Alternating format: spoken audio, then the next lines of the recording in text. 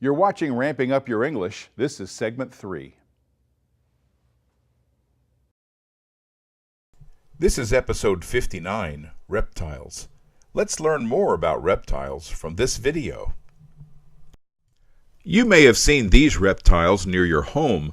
This is a fence lizard, an insectivore that tries to blend in with its surroundings. This lizard is green and gray, the perfect camouflage for the plants and rocks where it lives. Like snakes, lizards are covered with scales, and they have backbones. In other words, they are vertebrates.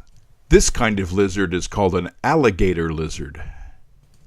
Lizards come in a variety of sizes and can live in a number of different habitats. Most lizards have the adaptation of camouflage. Their color allows them to blend into their environment. Since reptiles evolved before mammals, the human brain contains portions that are reptilian in nature. Those brain regions are called primitive and may be responsible for our fight or flight responses.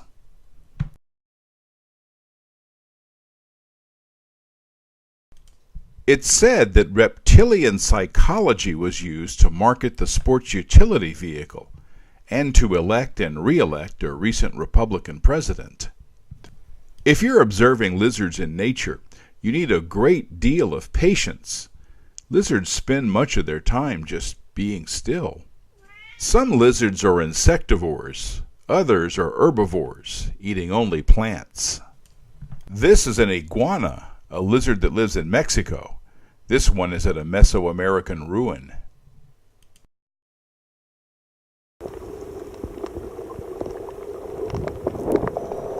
Now we look at the most popular reptile, the sea turtle. One thing I enjoy about Ramping Up Your English is sharing video and photos that I've taken. This video footage is not my work, though. We're enjoying video that I purchased from Videoblocks, a service that sells video footage and the right to share it with viewers. This video is taken underwater by videographers using scuba gear. As their name implies, sea turtles spend most of their lives in the water. They can stay submerged for great amounts of time, but they are reptiles, and they need to surface from time to time to breathe. Sea turtles differ from their landlubber cousins in several ways. The most obvious difference are their legs and feet. They have the form of flippers, allowing them to swim gracefully in the water. A sea turtle's mouth is often called a beak. Rather than teeth, this hard, sharp surface allows sea turtles to graze on the kind of vegetation that lives in the ocean. This turtle enjoys an underwater meal at a coral reef. Sea turtles can eat their food while holding their breath. They have no gills for getting oxygen directly from the water, yet they get their food while submerged. Sea turtles have flat, streamlined shells compared to land-based turtles. The advantage of this adaptation is obvious. It allows them smooth movement through the water. This comes at a price, though. Sea turtles can't pull nearly as much of their body into their shell for protection. Watch how this sea turtle turns its hard carapace toward possible danger as it passes a stingray in the water.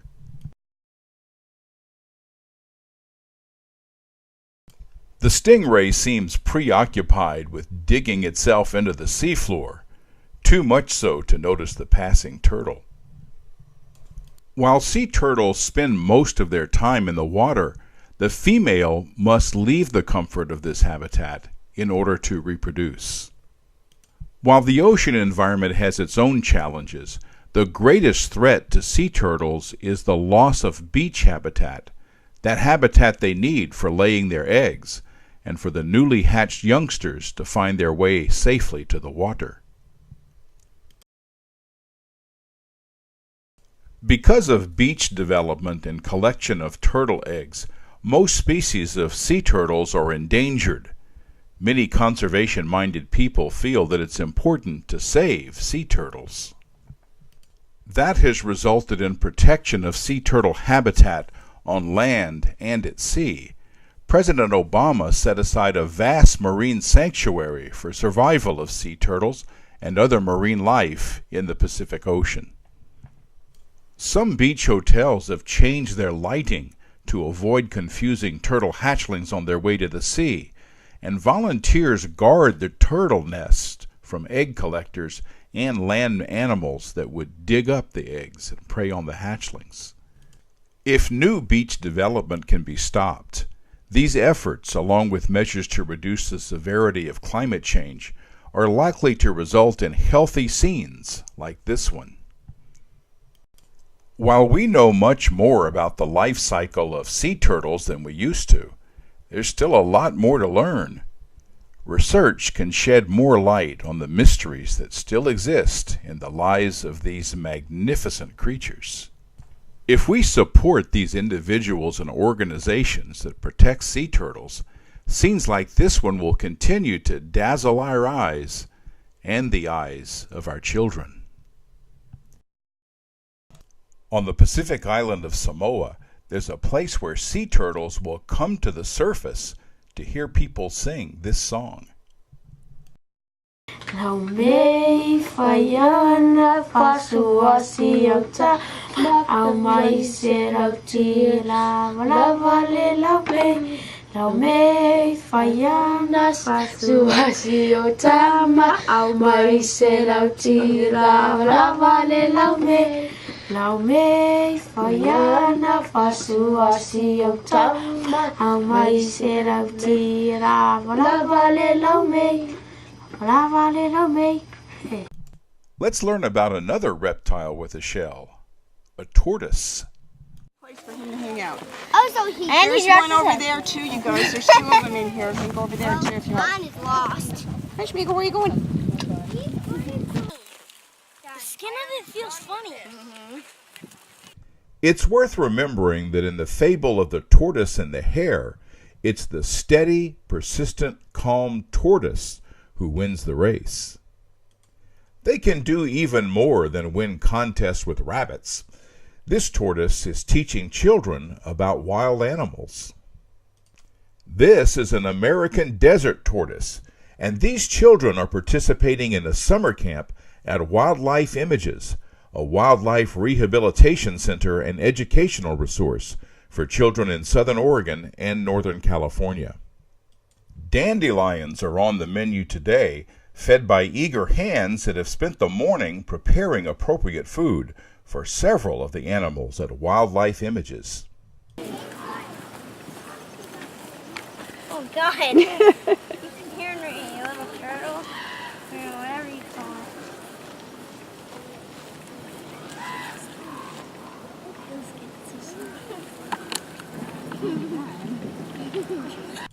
Several miles to the north, in Douglas County, campers at Wildlife Safari are having their close encounter with a California desert tortoise. So tortoises are designed to be very, very good at digging, whereas turtles are designed to be very good at swimming. So what kind of physical adaptations would a tortoise have that a turtle wouldn't to be good at digging? Christine? Sharp claws. Sharp little claws, absolutely. So both of our tortoises here, they have little claws on the ends of their feet, whereas a turtle is going to have webbed footing. What do you guys think these tortoises like to eat? Grass, yeah. Do they have teeth? No, they don't have teeth. They have what's called a beak. So it's not like a bird beak, essentially, but it's kind of a sharp little edge on their face there. And they can use that when they get a big piece of vegetation. No, thank you. They can tear it apart. Really, really. Try again. Yeah, they're vertebrates. So all vertebrates have a spine, just like we do. So both of these tortoises, they have spines that run along their body here, and they actually connect to their shell. This tortoise has a name, Callie, and she appeared with Leela Goulet and Julianne Rose on Adventures in Education, a program on RVTV. Because she was part of the pet trade, and her owners actually did not understand the diet that she required. In the wild, these guys will eat lots of vegetation and drier grasses, as well as some hardier leaves and plantain. They also require a lot of calcium as well in their diet.